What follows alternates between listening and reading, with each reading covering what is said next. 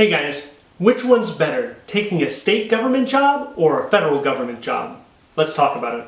People tend to be attracted to government jobs largely because of the stability and the benefits. But there are a lot of levels to government jobs. You have your city, your county, your state, and your federal level. And often many people start looking towards government jobs when they're seeking that type of stability. Or if you're prior military and you want to keep serving, you will easily be drawn to the government sector. First, let's identify the differences between state and federal government jobs. In the state government, your mobility is largely limited to that state. For instance, if you work for the state of Texas, you're not going to go out into Arkansas or Oklahoma probably. State governments also operate on a smaller budget than the federal government. And this could translate perhaps to fewer opportunities when it comes to pursuing training and education and things like that. Now, there are states with larger budgets if you look at, for instance, California or Texas. State government jobs are also not confined to those large metropolitan areas. You can find state government jobs throughout the state in smaller towns or even in rural areas. On average, you will find that state government jobs pay a little bit less than the federal government jobs. But we will get into that more in depth later. Also, something to consider in a state government job is you might be working closer to the customer. The higher up you go in the government, more often than not, you will not have direct contact with your customer. For instance, if you're working in a state job in a small town, you will probably be interacting on a daily basis with your local customer. If you work in Washington, D.C., in the headquarters of one of the executive departments, then you probably will never see the face of your customer. Okay, so let's look at the federal government job. The mobility has no limits. You can work in Arkansas, Texas, Iowa, really any state. And not just in this country, you can work internationally.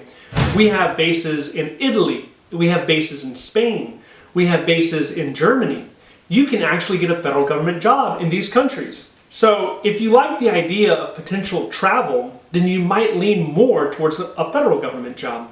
Also, like we mentioned earlier, the federal government budget is a lot larger than the state government budget. You will find that a lot of federal government jobs are concentrated around large metropolitan areas, such as Washington, D.C., or San Francisco, or Philadelphia, or Austin. You will not see as many in these smaller areas. Also, you have to consider that in the federal government, it is more of a bureaucratic organization and it's harder to pivot and make changes.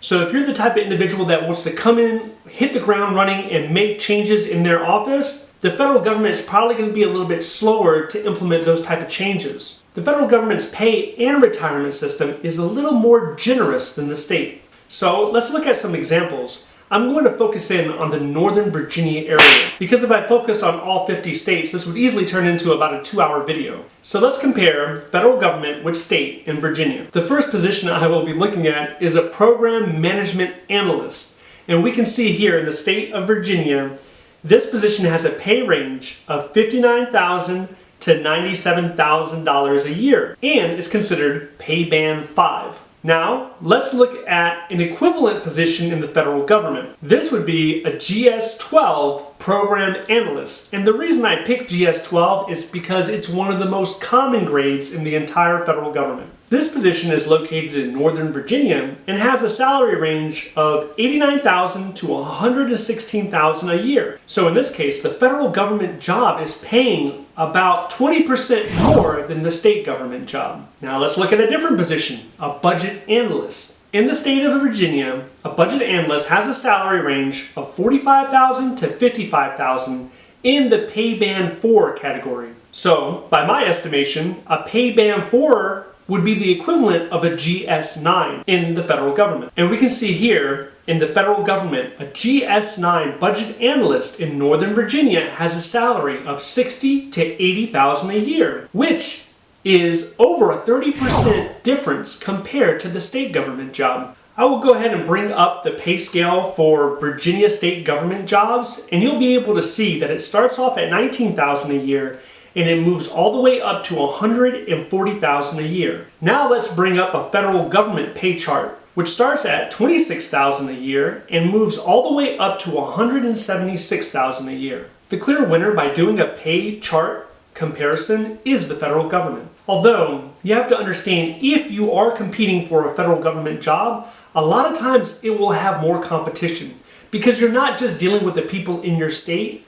People from other states might be willing to move and they can also apply for that job announcement. But do not let more competition deter you from trying to get a government job. Also keep in mind in Virginia, Northern Virginia is a high cost living area, so a lot of the salaries are a little bit more than the rest of Virginia. So depending on where the job is located will largely impact what the salary range will be. There are some pros and cons to working for the federal government and the state government. If you wanted to get a government job, one strategy would be to apply to both. Apply for federal and also apply for state. Take the interviews and ask questions to see which one fits your situation the best. So, which one do you prefer? Have you worked at a state government job and perhaps a federal government job? Which one did you like better? Let me know down below. Well, that wraps up my video on state government versus federal government job. If you like this video, please click like and subscribe. If you have any questions and comments, please leave that down below.